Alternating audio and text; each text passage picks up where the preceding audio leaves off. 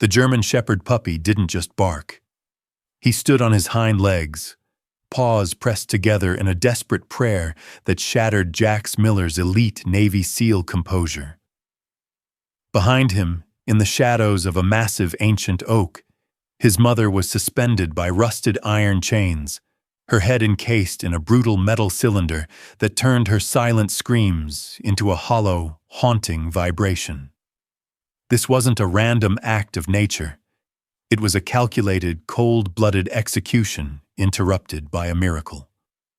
Subscribe now to witness a rescue mission that defies all odds. Please comment with your city.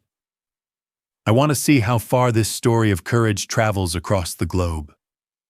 The Messenger in the Mist. The air in Foggy Harbor didn't just feel cold. It felt heavy, like a wet wool blanket pressing against Jax Miller's lungs.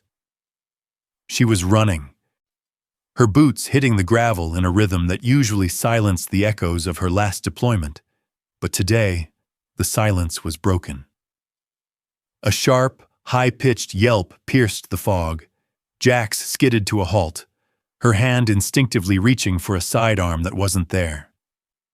Out of the gray haze tumbled a ball of black and tan fur. It was a German Shepherd puppy, no more than 10 weeks old, but his eyes held the weight of a century.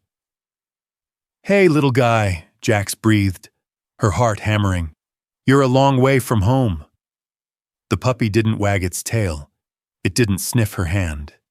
Instead, it rose on its hind legs, balancing precariously, and pressed its front paws together.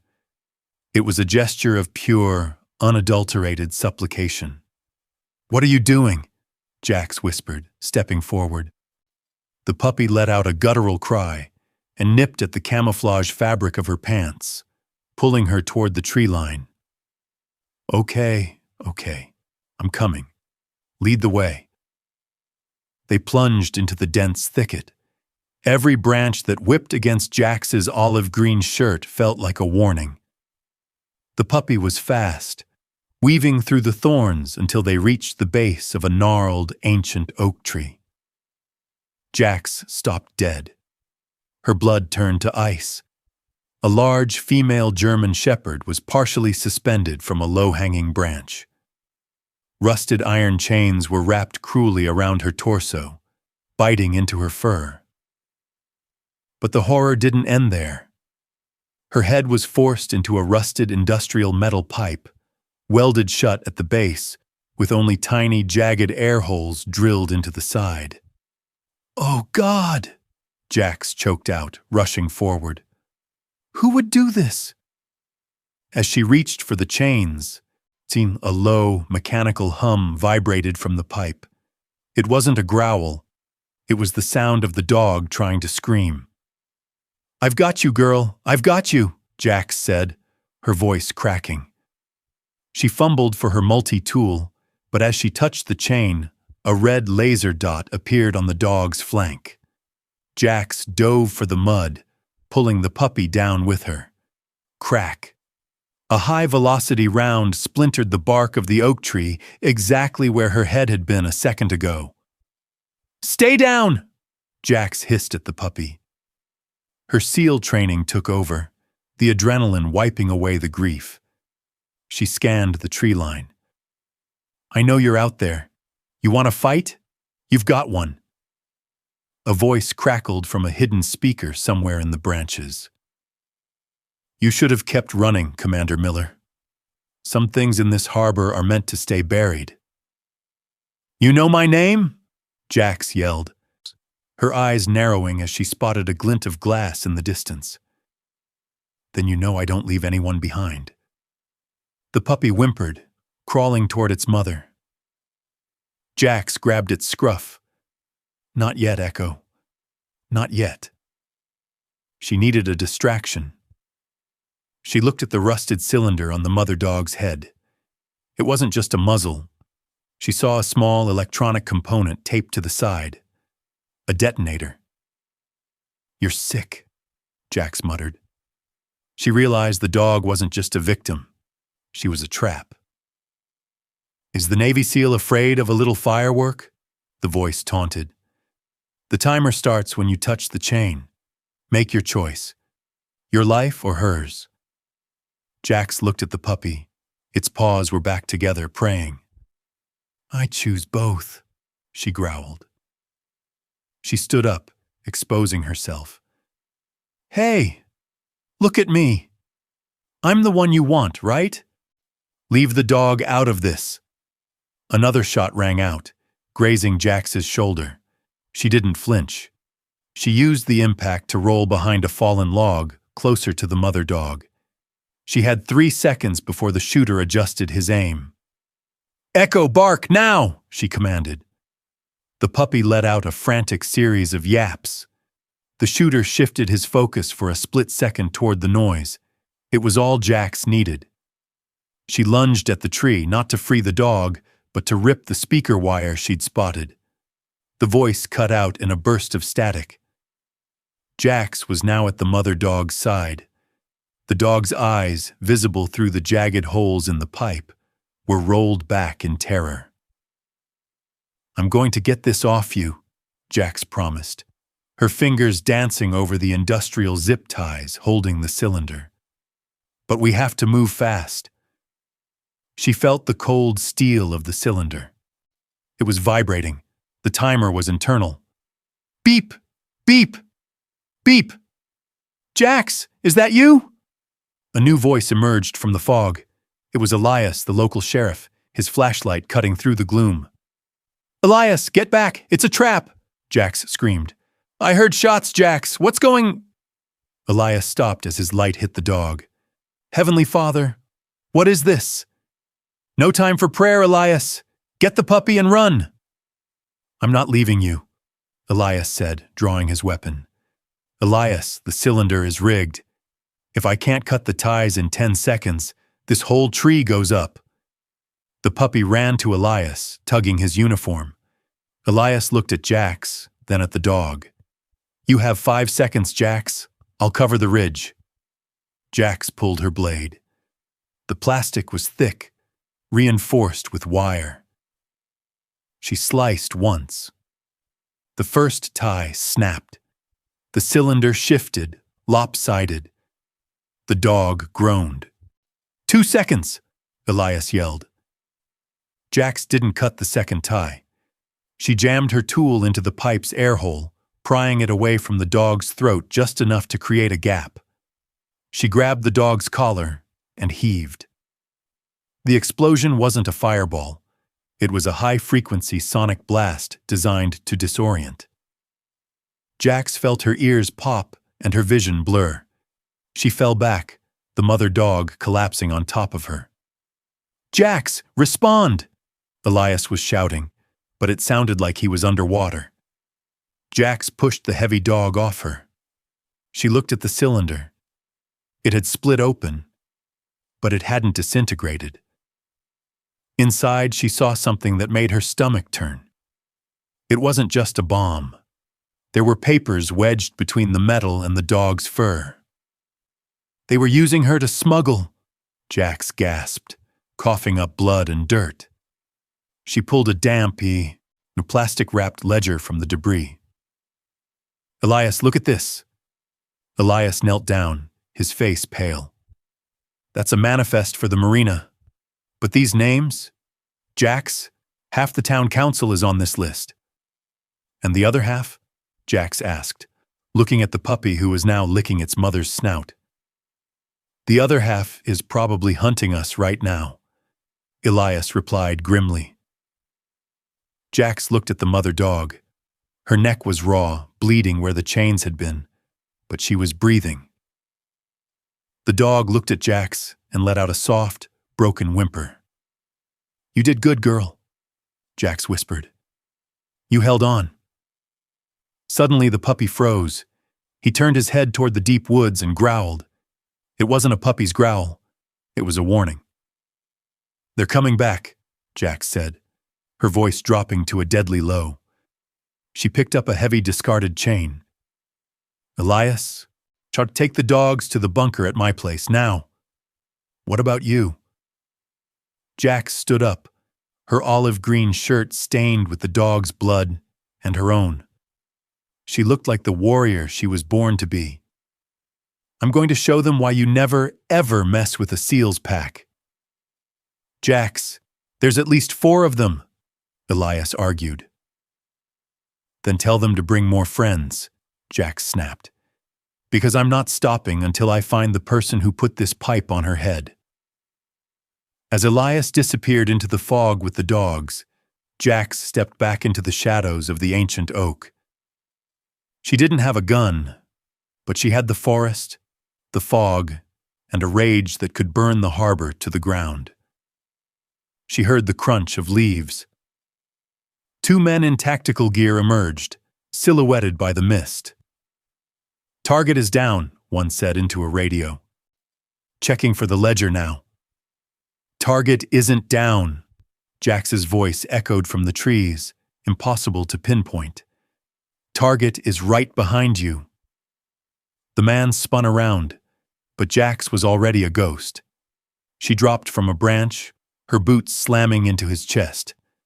Before his partner could raise his rifle, Jax swung the rusted chain. The heavy metal links caught him across the jaw, sending him spiraling into the dirt.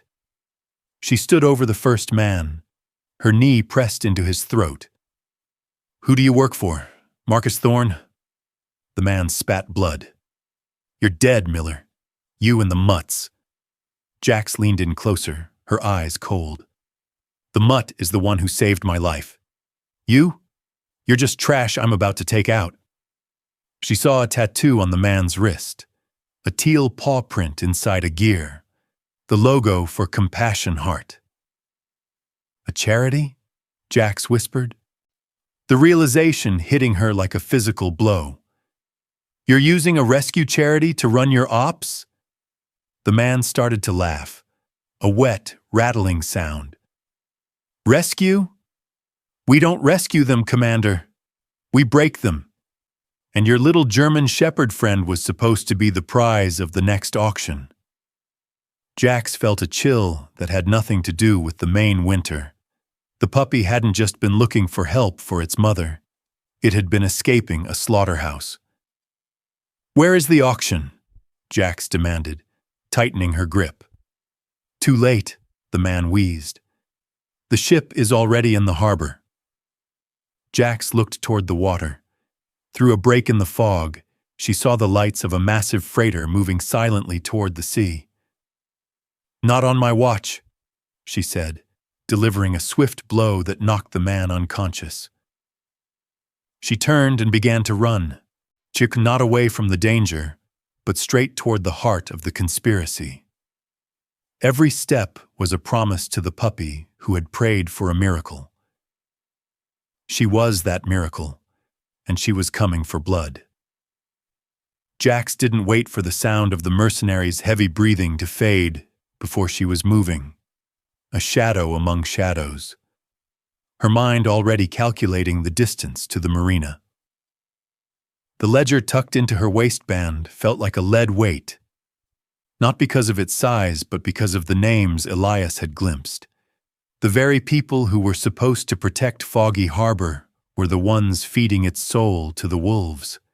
She reached the edge of the forest, where the trees gave way to the rusted skeletons of the old shipyard, her eyes scanning for any sign of Elias and the dogs. A sudden, sharp whistle from behind a stack of shipping containers made her drop into a defensive crouch, her muscles coiled like a spring. Over here, Elias hissed, his voice trembling with a mix of fear and adrenaline as he pulled Jax into the narrow gap between the steel walls. Luna was lying on a piece of discarded burlap, her breath ragged, while Echo stood guard over her, his small body vibrating with a low, primal growl. They've blocked the main road, Jax. We're boxed in, Elias whispered, pointing toward the flickering headlights of 3 SUVs tearing through the harbor entrance. Jax looked at the puppy, then at the mother dog whose eyes were finally starting to clear from the trauma of the explosion. They're not looking for us anymore, Elias. They're looking for this book. Jax said, tapping the ledger. If they get it back, Luna and Echo are just loose ends they'll tie up with a bullet. The puppy suddenly nudged Jax's hand, his nose cold against her palm, before he turned and began to pull at a loose piece of corrugated metal at the base of a warehouse wall. It was a small opening, barely enough for a person to crawl through. But the puppy was insistent, his tail tucked, but his resolve unshakable. He knows a way in, Jax realized, her seal instincts telling her that the animal's intuition was currently their best tactical advantage. They squeezed through the gap, just as the sound of heavy boots crunched on the gravel outside, the beams of high-powered flashlights sweeping over the containers they had just vacated. Inside, the warehouse smelled of salt, rot, and something metallic that made Jax's skin crawl, the scent of a cage. "Stay quiet," Jax breathed, her hand resting on the hilt of the knife she'd scavenged from the fallen mercenary. The interior was a labyrinth of stacked crates, but as they moved deeper, the sound of whimpering began to echo from the rafters. It wasn't just one dog. It was dozens, their cries muffled by the same horrific metal cylinders Luna had endured. Elias gasped, his hand flying to his mouth as the light from his small penlight revealed a row of makeshift surgical tables covered in dark stains. "This isn't just an auction, Jax," Elias stammered, his eyes wide with horror. "They're not just selling them. Look at the equipment. They're harvesting them." The puppy, Echo, suddenly stopped in front of a heavy steel door, his fur standing on end as a muffled conversation drifted from the other side. "The freighter leaves at midnight," a voice boomed, cold and devoid of any humanity. "Make sure the special cargo is sedated. Thorn wants no noise when the buyers arrive." Jax recognized the voice immediately. It was Marcus Thorn, the man who had stood on the town hall steps just last week, pledging $1 million to the new animal sanctuary. The betrayal stung worse than the shrapnel in her shoulder, a hot, searing rage bubbling up in her chest. She signaled Elias to stay with the dogs and crept toward the door, her movements silent as she peered through a small viewing port. Inside, Thorn was standing over a laptop, his face illuminated by a map of the coastline, while two men in lab coats prepared syringes. "We've got a problem, Marcus," one of the men said, looking up from a radio. "The team at the oak tree didn't check in. Miller might be alive?" Thorn didn't even look up, his fingers tapping a rhythmic beat on the desk. "Then find her. And if you find that brat of a puppy she was chasing, kill it in front of her before you finish the job." Jax felt a surge of protectiveness so strong it nearly compromised her position. She stepped back, her mind racing, when the puppy suddenly let out a sharp, intentional bark that echoed through the entire warehouse. "What was that?" Thorn shouted, the sound of a chair scraping back punctuating his alarm. Jax cursed under her breath, grabbing Elias and the dogs and dragging them behind a stack of crates just as the steel door swung open. "Search the floor, now!" Thorn screamed. The puppy didn't run. Instead, he darted between the legs of the guards, leading them in a frantic chase away from where Jax and Luna were hidden. "He's drawing them off," Elias whispered, his voice thick with emotion. "Jax, he's sacrificing himself for us." Jax didn't hesitate.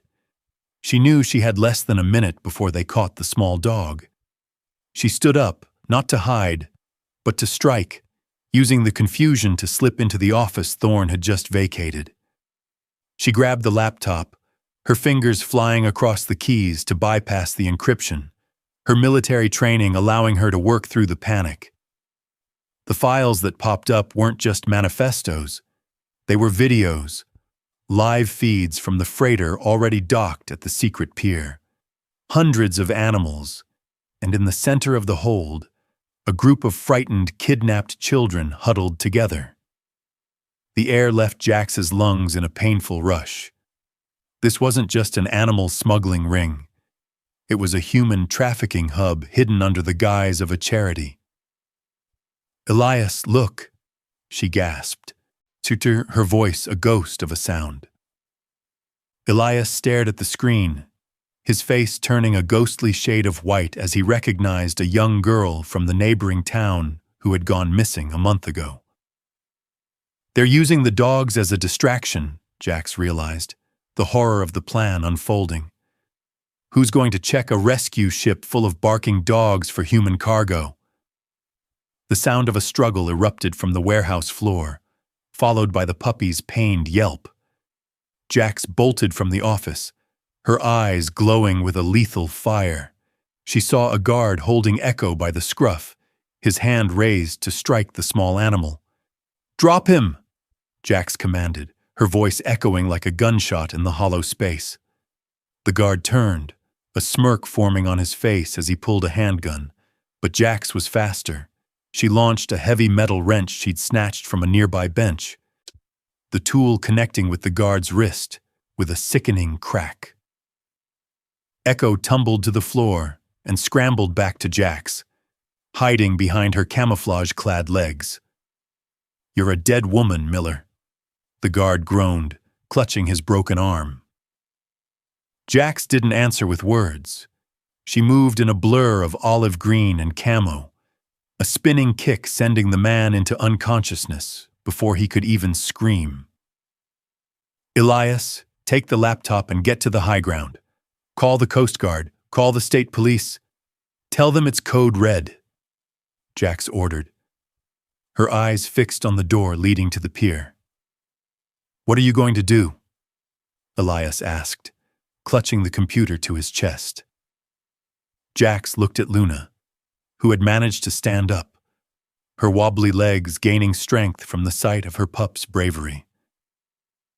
"I'm going to that ship," Jax said, her voice steady and cold. "And I'm not coming back until every one of those cages is empty." She felt a tug on her pants. Echo was looking up at her, his front paws once again pressed together in that strange, prayer-like gesture. But this time, his eyes weren't just begging. They were fierce, mirroring her own resolve. "I know, Echo," she whispered, kneeling to stroke his ears. "We're going to save her. We're going to save them all." The warehouse doors at the far end groaned open, revealing the dark silhouette of the freighter against the moonlit water, its engines humming like a hungry beast. Thorne stood on the gangplank, a radio in his hand, looking back at the warehouse with a triumphant sneer. "Burn it," he said into the device. "Burn it all and get us out to sea." A series of small, orange glows ignited at the base of the warehouse pillars, incendiary charges. Jax had 10 seconds to get out before the building became a furnace. She grabbed Luna's collar, urging the weakened dog toward the pier, while Echo barked a frantic rhythm of encouragement. As they sprinted toward the water, the first explosion rocked the floor, sending a wall of fire spiraling toward the ceiling. Jax leapt from the loading dock, the dogs following her into the freezing, oil-slicked water of the harbor, just as the warehouse behind them vanished in a roar of flame. Swimming through the ice-cold dark, Jax reached for the rusted ladder on the side of the freighter, her fingers slipping on the slime-covered metal. She looked up, the towering hull of the ship blocking out the stars, and saw the muzzle of a rifle pointing directly down at her head. In that heartbeat of absolute silence, the puppy's head broke the surface of the water, his small teeth clenching onto Jax's sleeve, pulling with a strength that shouldn't have been possible for his size. The rifle fired, the bullet hissing into the water inches from Jax's ear, but the momentum of the puppy's pull had shifted her just enough. She surged upward, her hand grabbing the guard's boot, and with a roar of pure, unadulterated defiance, she pulled the man into the abyss. The icy water of the harbor didn't just chill Jax's skin. It acted like a jagged blade of clarity, cutting through the adrenaline and sharpening her focus as she hauled herself onto the freighter's rusted lower deck. Luna scrambled up behind her, the dog's claws scratching desperately against the wet steel, while Echo remained clamped onto Jax's sleeve like a tiny, fierce anchor. They were no longer just survivors. They were a boarding party of 3, standing on the edge of a floating fortress built on misery. Jax didn't stop to catch her breath. She moved instantly into the shadows of a massive winch, her eyes scanning the upper deck where the flash of muzzle fire had just erupted. "Keep your heads down," she whispered to the dogs, though they seemed to understand the gravity of the silence better than any human soldier. Above them, heavy footsteps thundered toward the railing. "Did you hit her?" a voice barked, muffled by the rising wind. "I saw her go under. Nothing survives that drop with a puppy attached," the shooter yelled back, his voice strained with a frantic need to believe his own lie. Jax felt the vibration of the freighter's engines beneath her boots, a low, rhythmic growl that signaled their window was closing. She signaled Luna to stay and began to climb the exterior ladder toward the main deck, her movements a fluid, lethal dance of olive green and camouflage against the blackened hull. Just as her hand gripped the top rail, a shadow loomed over her.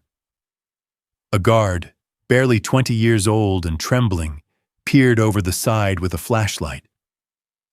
Jax didn't wait for the beam to find her face. She reached up, grabbed the front of his tactical vest, and yanked him downward with a force that sent his flashlight spinning into the abyss. Before he could cry out, she had him pinned against the bulkhead, her forearm pressed into his windpipe. "Where are the children?" she hissed, her blue-gray eyes reflecting the cold moonlight like shards of glass. The boy clawed at her arm, his eyes bulging with terror.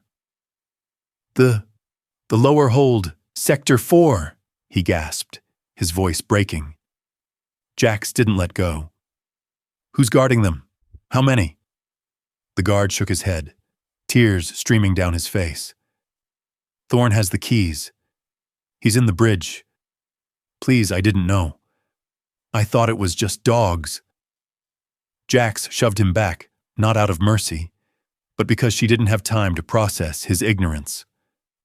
"Run," she commanded. "Jump overboard and swim for the pier, or stay here and face what's coming. Your choice." As the boy scrambled away, Echo let out a sharp, urgent yip from the lower deck. Jax looked down to see the puppy nudging a heavy steel hatch that led into the bowels of the ship. He wasn't just following her. He was leading her again, his instincts tuned to a frequency of suffering Jax could only imagine.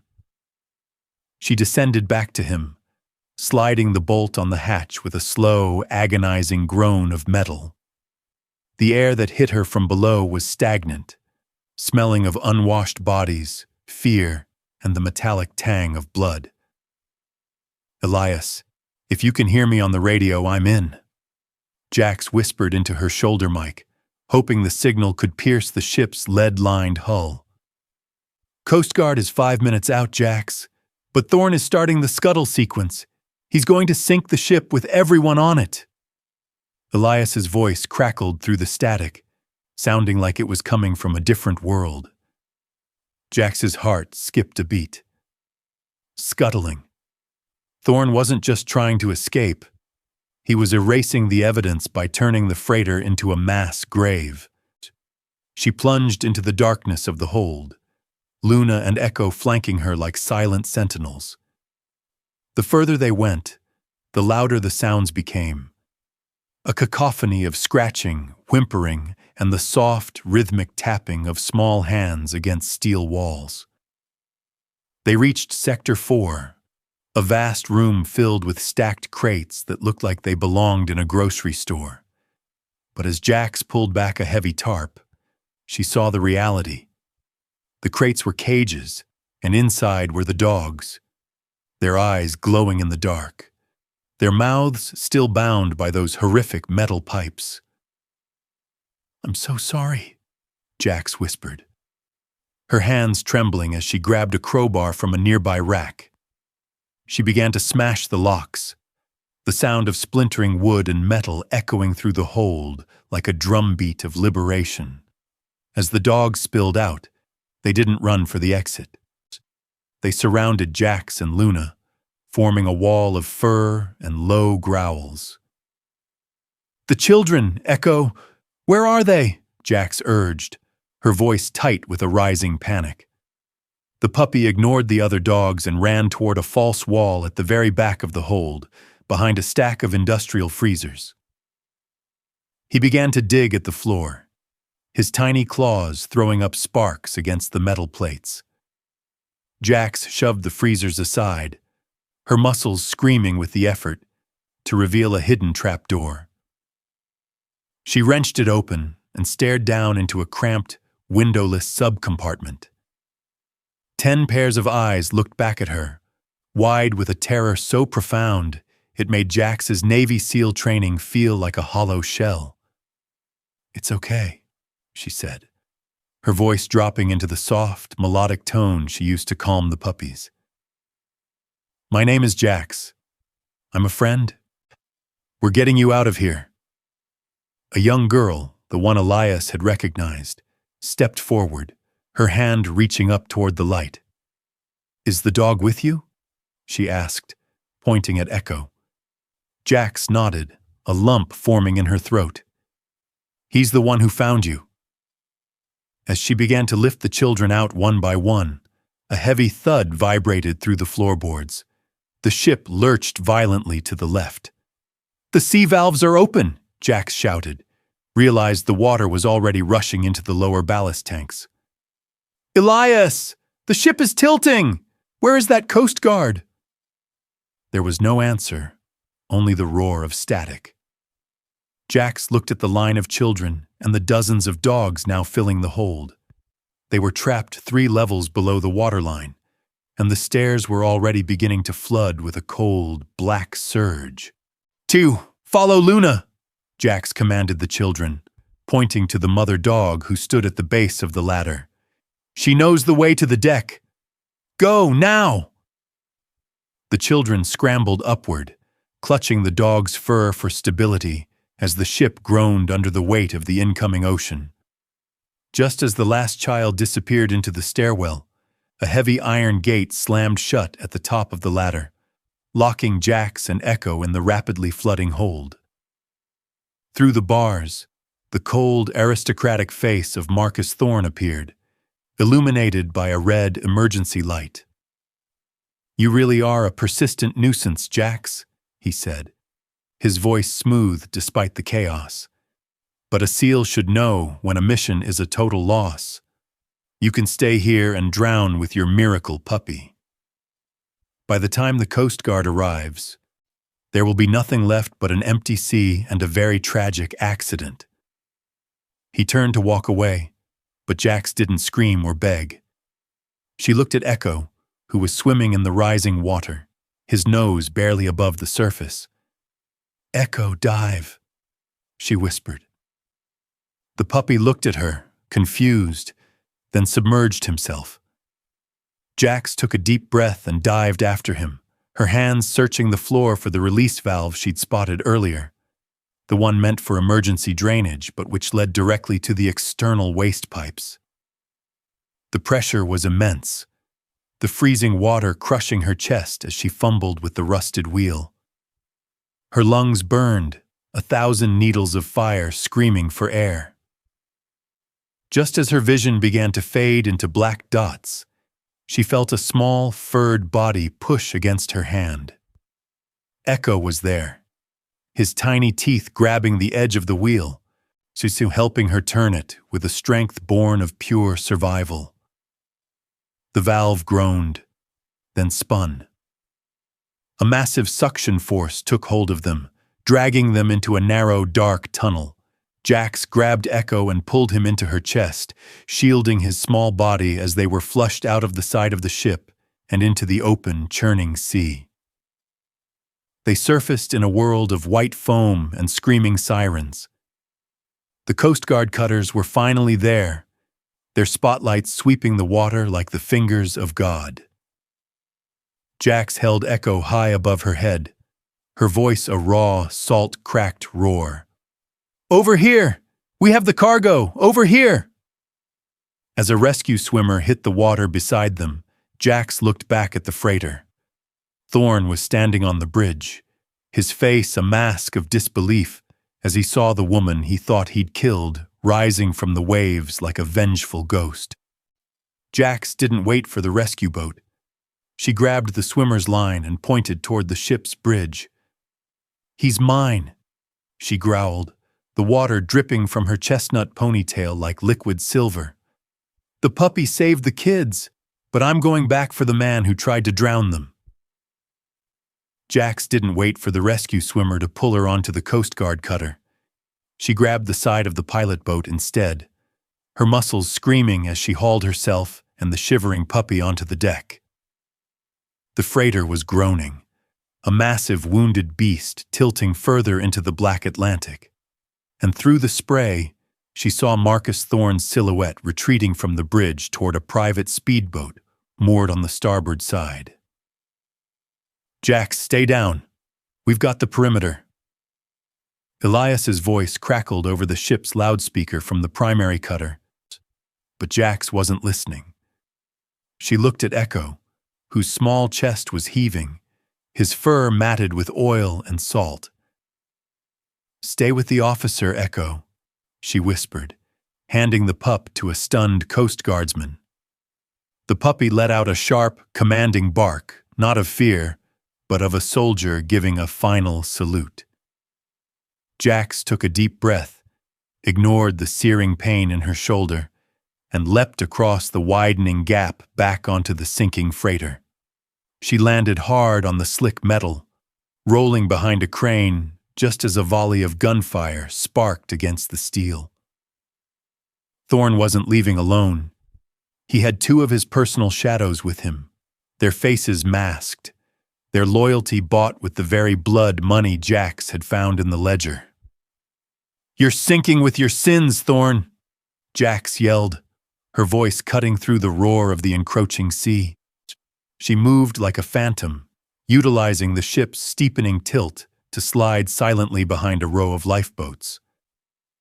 One of the guards turned, his weapon raised, but the deck shifted violently. Jax didn't miss the opening. She launched herself forward, her knee connecting with his chest, sending him skidding across the wet deck and over the railing into the churning wake. "One down," she muttered, her breath hitching as she realized the bridge was now leaking steam, a white veil of death or cover, depending on how she used it. The second guard panicked, spraying a blind arc of bullets into the steam.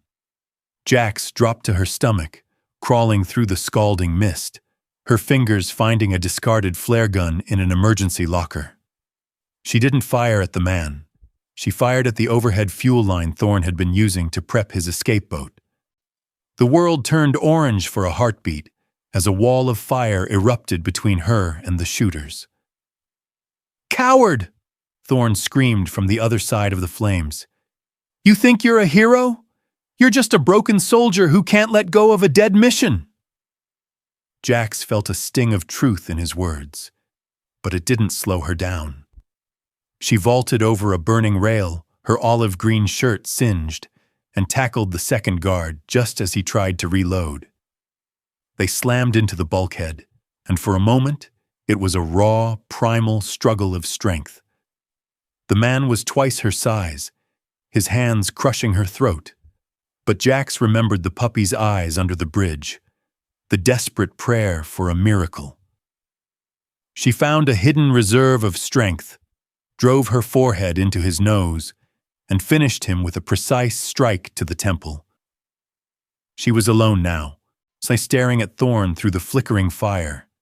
He was clutching a silver briefcase, the real evidence, the encryption keys for his global network. The freighter gave a sickening lurch, the bow plunging beneath the waves, sending a rush of freezing water up the deck. "It's over, Marcus," Jax said, her voice eerily calm as the water swirled around her boots. "The Coast Guard has the children. They have the dogs. All you have left is a sinking coffin."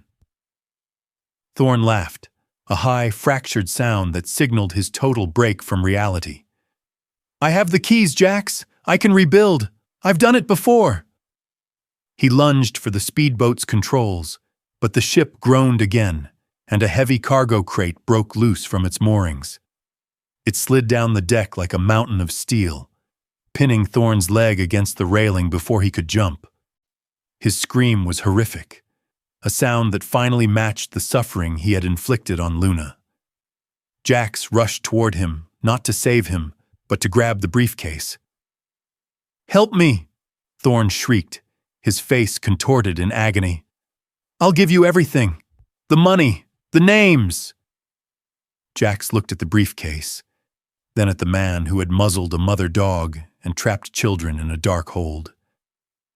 "You already gave me everything I needed," she said, wrenching the silver case from his trembling grip. She looked down at his pinned leg and the rising tide.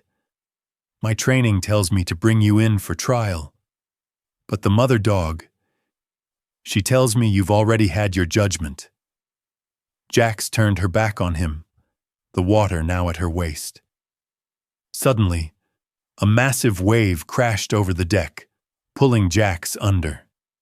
She struggled to surface, her boots feeling like lead weights, when a familiar golden-brown shape streaked through the water toward her.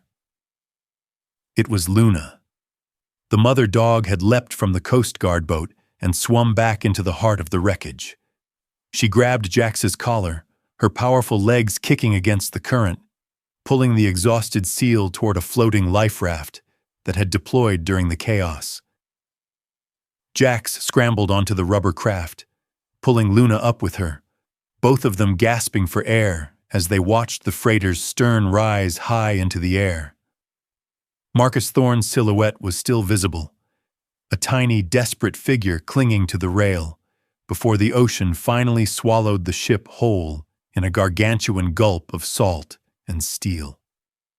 The silence that followed was heavy, broken only by the distant beat of helicopter rotors. Jax lay back in the raft, her hand resting on Luna's wet head.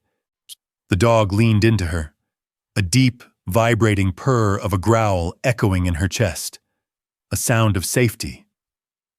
But as the Coast Guard spotlight found them, Jax felt a sharp, cold realization. The briefcase in her hand was vibrating. She snapped it open, expecting documents or a hard drive. Instead, she found a GPS tracker with a blinking red light and a small, high-resolution screen. It wasn't just a ledger. It was a live feed. On the screen, she saw the Foggy Harbor police station, and standing in the lobby was a man she recognized, the retired man in the red knit cap, who had waved so kindly at the beginning of the day. He wasn't a local. He was the cleaner. "Elias, do you copy?" Jax screamed into her radio, but the device had finally succumbed to the salt water. She looked at Luna, the dog's ears pinned back, her eyes fixed on the distant shore. But the mission wasn't over. Thorn was the hand, but the red-capped man was the heart of the machine, and he was currently standing 10 feet away from where the rescued children were being processed. Jax grabbed the emergency oars, her heart racing with a new, sharper terror. "We have to go, Luna! Now!" She paddled with a ferocity that defied her exhaustion, the raft cutting through the choppy waves toward the marina. As they hit the sand, Jax didn't wait for the rescue teams. She sprinted toward the station, Luna trailing her like a silent shadow. She burst through the double doors, her clothes dripping, her face a mask of mud and blood. The lobby was crowded with paramedics and crying families. In the corner, the man in the red cap was handing a cup of water to the young girl Jax had saved from the hold. His hand was sliding toward a small, silenced pistol tucked into his waistband. "Get away from her!" Jax roared, the sound echoing off the sterile walls. The man spun, his face shifting from grandfatherly kindness to cold, professional lethality in a fraction of a second. He fired, the bullet shattering a glass trophy case behind Jax's head. The lobby erupted in chaos as parents dove for cover. Jax didn't have a weapon, but she had Luna. "Luna, take him!" The mother dog didn't hesitate. She launched herself across the room, a 40-pound blur of fur and fury, her jaws locking onto the man's arm just as he leveled the gun for a second shot. The man screamed, slamming the dog against the wall, but Luna wouldn't let go. Jax closed the distance in 3 strides, her fist connecting with the man's jaw with the force of a freight train. He went down hard, the gun skidding across the linoleum. Jax pinned him, her knee in his spine, her fingers interlaced in his hair. "Who else?" she hissed. "Who else is on the list?" The man just grinned through a mouthful of blood. "You think you won, Commander? This harbor has a lot of bridges, and we have a lot of pipes." Jax felt a chill run down her spine as the realization hit. This wasn't a local ring. It was a franchise. But as she looked up, she saw Echo running through the doors, the puppy sliding across the floor to join the huddle. He stood on his hind legs, his paws pressed together, but this time he was looking at the children, his tail wagging for the first time. Jax tightened her grip on the assassin. "Maybe," she whispered. "But I have the dogs, and they never miss a scent."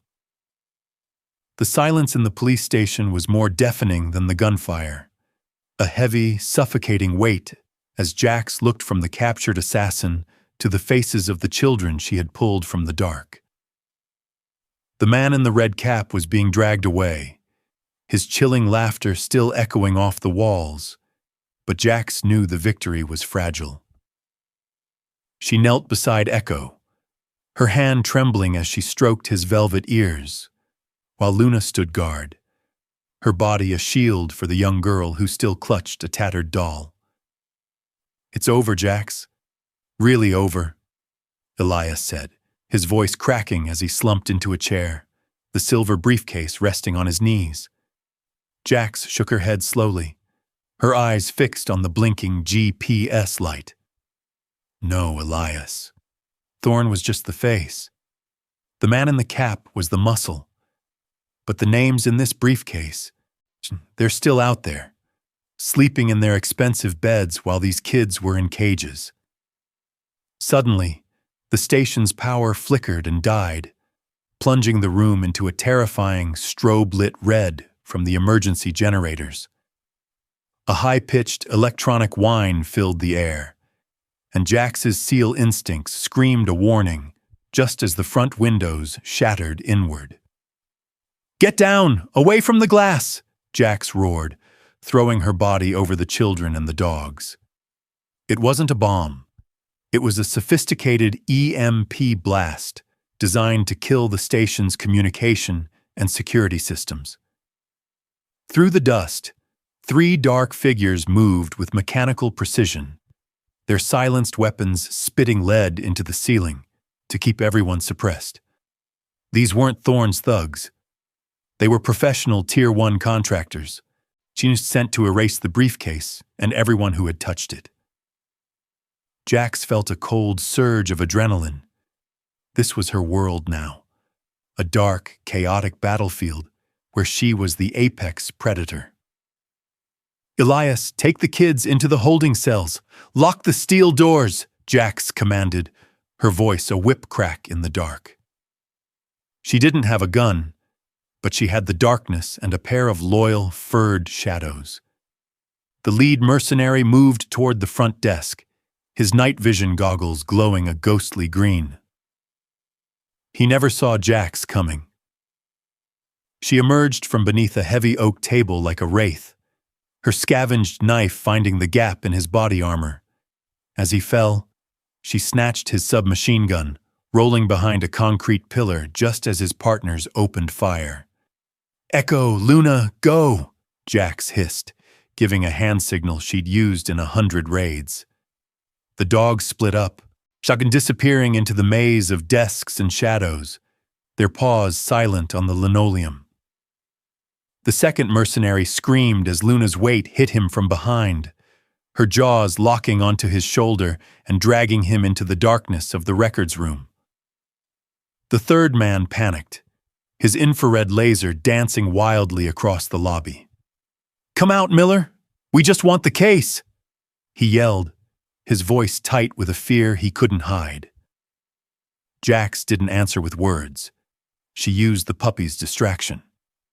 Echo let out a sharp, rhythmic bark from the opposite side of the room, drawing the man's fire. In that split second of diverted attention, Jax stepped out and fired a single surgical burst. The threat was neutralized, but the silence that followed was even more terrifying. Jax looked at the briefcase. It was vibrating again, but this time, a countdown had appeared on the small screen. Thorne hadn't just tracked it. He had rigged it with a remote destruct sequence to incinerate the evidence. "Elias, the case is a bomb! We have 30 seconds!" Jax screamed, sprinting toward the heavy steel door of the evidence locker. She didn't have the key, and the electronic lock was dead.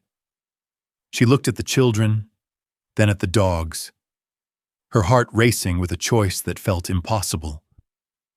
"Luna, Echo, get them to the back, to the cells!"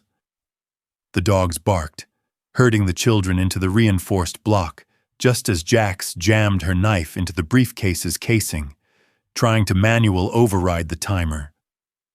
Her fingers were slick with sweat and oil, the red numbers mocking her. 10, 9, 8. With a roar of defiance, she threw the briefcase into the station's industrial-sized fire safe and slammed the heavy door, diving behind a row of filing cabinets. The explosion was a muffled thud, but the shockwave sent a cloud of soot and ash through the vents.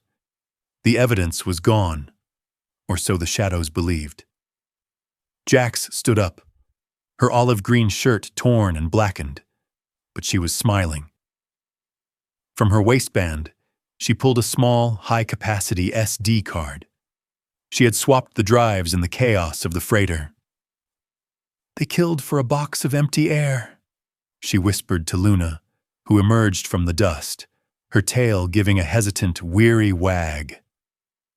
Jax walked to the holding cells and unlocked the door, her eyes meeting the young girl's. The girl didn't say thank you. She simply pointed at Echo, who was sitting at Jax's feet, his paws once again pressed together. "He's still praying," the girl whispered. Jax knelt down, her forehead resting against the puppy's. "No, honey," Jax said, her voice thick with emotion. "He's not praying anymore. He's saying goodbye to the nightmare." As the sun began to rise over Foggy Harbor, the real authorities finally arrived. Not the local police who had been compromised, but a federal task force Jax had alerted through a secure SEAL channel. They moved through the town like a cleansing fire, arresting the council members and the charity directors whose names Jax had decrypted. Jax stood on the station steps, the morning light hitting her pale skin and chestnut hair. She looked tired, her body a map of bruises and scars. But for the first time in years, the echoes of her past deployments were silent. She felt a cold nose against her hand. Echo was there, his fur cleaned of the harbor's oil, his eyes bright with a new purpose. Luna sat beside him, the metal pipe and chains now nothing but a dark memory, her head held high with the dignity of a survivor. Elias walked out, a cup of coffee in his hand, looking at the town he thought he knew. "What happens now, Jax? You going back to the teams?" Jax looked at the horizon, where the sea was finally calm.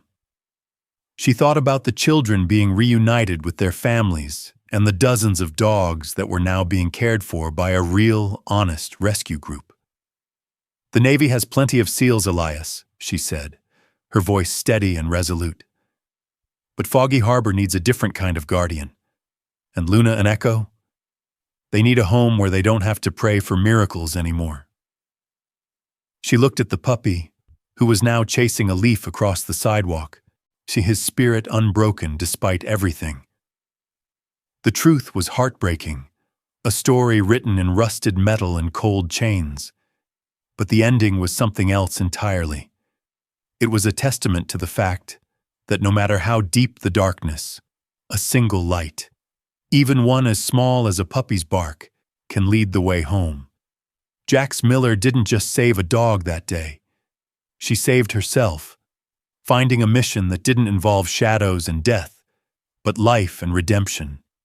She turned away from the police station, the dogs at her side, walking toward a future where the only thing she had to fight for was the peace they had all earned. The harbor was finally quiet, the sills of the windows no longer trembling with the weight of secrets. And as the town woke up, it found its true hero wasn't a legend or a ghost, but a woman and a dog who refused to keep walking. Dr. Jax Miller was no longer just a sailor. She was the pack leader of the broken, and she would never let them be muzzled again.